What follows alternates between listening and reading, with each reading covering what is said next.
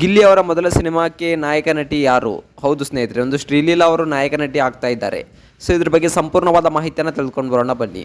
So Gilli ಅವರು ಮೊಟ್ಟ ಮೊದಲನೇದಾಗಿ ಒಂದು ಹೊಸ ಸಿನಿಮಾವನ್ನು ಮಾಡ್ತಾ ಇದ್ದಾರೆ. ಸೊ ಒಂದು ನಾಯಕ ನಟನಾಗಿ ಮೊಟ್ಟ ಮೊದಲನೇದಾಗಿ ಪಾತ್ರವನ್ನು ನಿರ್ವಹಿಸ್ತಾ ಇದ್ದಾರೆ. ಅದಕ್ಕೆ ಒಂದು ಹೀರೋಯಿನ್ ಆಗಿ ಶ್ರೀಲೀಲಾ ಅವರು ಬರ್ತಾ ಇದ್ದಾರೆ. ಇನ್ನು ಮೊಟ್ಟ ಮೊದಲನೇದಾಗಿ ಒಂದು ಖುಷಿಯ ವಿಚಾರ ಏನಪ್ಪ ಅಂತಂದರೆ, ಈ ಒಂದು ಫಿಲ್ಮನ್ನು ಒಂದು KVN ಪ್ರೊಡಕ್ಷನ್ ಹೌಸ್ದವರು ಒಂದು ನಿರ್ಮಾಣ ಮಾಡ್ತಿದ್ದಾರೆ. ಯಾಕಪ್ಪ ಅಂತಂದರೆ KVN ಪ್ರೊಡಕ್ಷನ್ ಅಂದರೆ ಅದು ಸಾಮಾನ್ಯದಲ್ಲ. ಯಾಕಪ್ಪ ಅಂತಂದರೆ ದೊಡ್ಡ ದೊಡ್ಡ ಒಂದು ಫಿಲ್ಮ್ಗಳನ್ನು ಮಾಡಿರ್ತಕ್ಕಂಥದ್ದು ನಮ್ಮ KVN ಪ್ರೊಡಕ್ಷನ್ ಅಂತಕ್ಕಂಥದ್ದನ್ನು ನಾವು ಇಲ್ಲಿ ಹೇಳ್ಬೋದು. ಇನ್ನು ನಮ್ಮ ವರ್ಲ್ಡ್ ವೈಡ್ ಚಿತ್ರ ಆದಂಥ ಟಾಕ್ಸಿಕನ್ನು ಕೂಡ KVN ಪ್ರೊಡಕ್ಷನ್ ಅವರೇ ಒಂದು ನಡೆಸ್ತಾ ಇದ್ದಾರೆ. ಸೊ ತುಂಬಾ ಒಂದು ಖುಷಿಯ ವಿಷಯ, ಗಿಲ್ಲಿ ಅವರು ಮೊದಲನೇ ಹೆಜ್ಜೆನೇ ಒಂದು ದೊಡ್ಡದಾಗಿ ಇಡ್ತಿದ್ದಾರೆ ಅಂತಕ್ಕಂಥದ್ದನ್ನು ನಾವು ಇಲ್ಲಿ ಹೇಳ್ಬೋದು. ಇನ್ನು ಇನ್ನೊಂದು ಖುಷಿಯ ವಿಚಾರ, ಸೊ ಗಿಲ್ಲಿ ಅವರ ಈ ಸಿನಿಮಾದ ಬಗ್ಗೆ ಸಂಪೂರ್ಣವಾದ ಮಾಹಿತಿಯನ್ನು ಇದರ ಒಂದು ವಿಡಿಯೋದಲ್ಲಿ ನಾನು ನಿಮಗೆ ತಿಳಿಸ್ಕೊಡ್ತೀನಿ. ಇನ್ನು ಹೀರೋಯಿನ್ ಆಗಿ ಒಂದು ಶ್ರೀಲೀಲಾ ಅವರು ಬರ್ತಿದ್ದಾರಾ, ಸೊ ಯಾರು ಬರ್ತಿದ್ದಾರೆ, ಇದ್ರ ಬಗ್ಗೆ ಎಲ್ಲ ಮಾಹಿತಿಯನ್ನು ಈ ಒಂದು ವಿಡಿಯೋದಲ್ಲಿ ನಾನು ನಿಮಗೆ ತಿಳಿಸ್ಕೊಡ್ತೀನಿ. ನೀವು ಇನ್ನೂ ನಮ್ಮ ಚಾನಲ್ಗೆ ಹೊಸಬರಾಗಿದ್ದರೆ, ನೀವಿನ್ನೂ ನಮ್ಮ ಚಾನಲ್ಗೆ ಸಬ್ಸ್ಕ್ರೈಬ್ ಮಾಡಿಲ್ಲ ಅಂದರೆ ಈ ಕೂಡಲೇ ಸಬ್ಸ್ಕ್ರೈಬ್ ಮಾಡಿ. ಹಾಗೆ ಒಂದು ಪಕ್ಕದಲ್ಲಿರೋ ಬೆಲ್ ಐಕಾನ್ನ ಪ್ರೆಸ್ ಮಾಡೋದ್ರ ಮೂಲಕ ನಮಗೆ ಸಪೋರ್ಟ್ ಮಾಡಿ. ಹಾಗಿದ್ದರೆ ತಡ ಯಾಕೆ ಮಾಡೋದು, ಬನ್ನಿ ಸ್ನೇಹಿತರೆ ವಿಡಿಯೋನ ಸ್ಟಾರ್ಟ್ ಮಾಡೋಣ.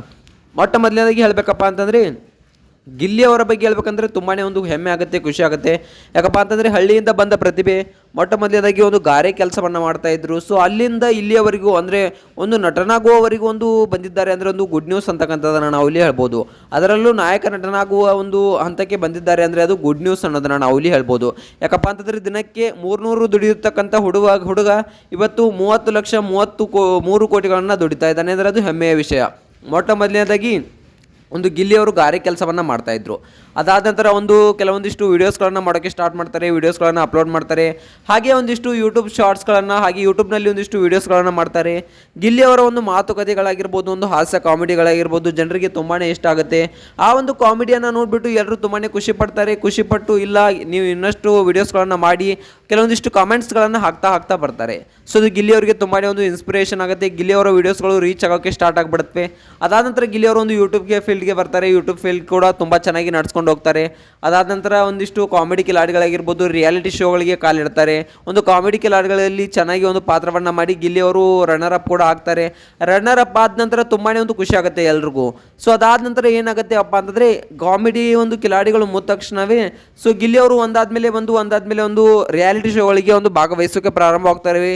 ಸೊ ರಿಯಾಲಿಟಿ ಶೋಗಳ ಆಫರ್ಗಳು ಗಿಲ್ಲಿ ಅವರಿಗೆ ಬರೋಕ್ಕೆ ಸ್ಟಾರ್ಟ್ ಆಗ್ತವೆ.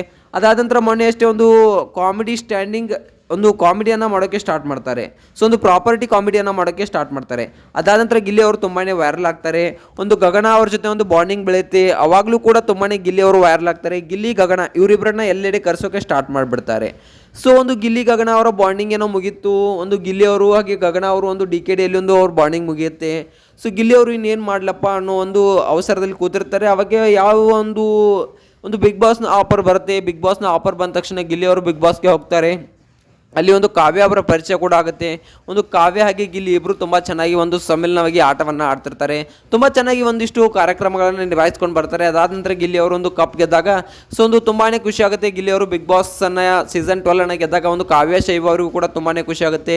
ಇವರಿಬ್ಬರು ಮದುವೆ ಆಗಬೇಕು, ಇವರಿಬ್ಬರು ಒಂದು ಸಿನಿಮಾವನ್ನು ತೆಗಿಬೇಕು ಅನ್ನೋದು ಎಲ್ಲರ ಅಭಿಮಾನಿಗಳ ಆಸೆ ಆಗಿರುತ್ತೆ. ಆದರೆ ಅದು ನೆರವೇರಲೇ ಇಲ್ಲ. ಯಾಕಪ್ಪ ಅಂತಂದರೆ ಇವರಿಬ್ಬರು ಮದುವೆ ಆಗಬೇಕು ಅನ್ನೋದು ಕೆಲವೊಂದಿಷ್ಟು ಆಸೆ, ಆದರೆ ಅವರು ಮದುವೆ ಆಗ್ತಾರೆ ಅನ್ನೋದು ಕೆಲವೊಂದಿಷ್ಟು ಜನರ ಇನ್ನೂ ಅಭಿಪ್ರಾಯ ಇದೆ. ಇನ್ನು ಇವರಿಬ್ರು ಫಿಲ್ಮನ್ನು ತೆಗಿಬೇಕು ಅನ್ನೋ ಮಾತು ಹಲವರ ಒಂದು ಬಾಯಲ್ಲಿ ಆಡ್ತಾ ಇತ್ತು. ಸೊ ಈಗ ಗಿಲ್ಲಿ ಅವರ ಕನಸು ನನಸಾಗಿದೆ. ಗಿಲ್ಲಿ ಅವರು ಒಂದು ಹೊಸ ಫಿಲ್ಮನ್ನು ತೆಗೆದಿದ್ದಾರೆ, ಅದು KVN ಪ್ರೊಡಕ್ಷನ್ ನಲ್ಲಿ. ಇದಕ್ಕೆ ಶ್ರೀಲೀಲಾ ಅವರು ಒಂದು ನಾಯಕ ನಟಿಯಾಗಿ ನಟಿಸುವ ಸ್ಪರ್ಧತೆ ತುಂಬಾನೇ ಇದೆ ಅಂತೆ. ಸೊ ಇನ್ನು ಕಾದು ನೋಡಬೇಕಾಗಿದೆ KVN ಪ್ರೊಡಕ್ಷನ್ ಏನು ಹೇಳುತ್ತೆ ಒಂದು ಗಿಲ್ಲಿ ಅವರ ಹುಟ್ಟುಹಬ್ಬದ ದಿನದಂದು. ಸೊ ಈ ಒಂದು ಚಿತ್ರದ ಬಗ್ಗೆ ನಿಮ್ಗೆ ಏನಿಸುತ್ತೆ ಅನ್ನೋದನ್ನ ಕಾಮೆಂಟ್ ಮಾಡಿ.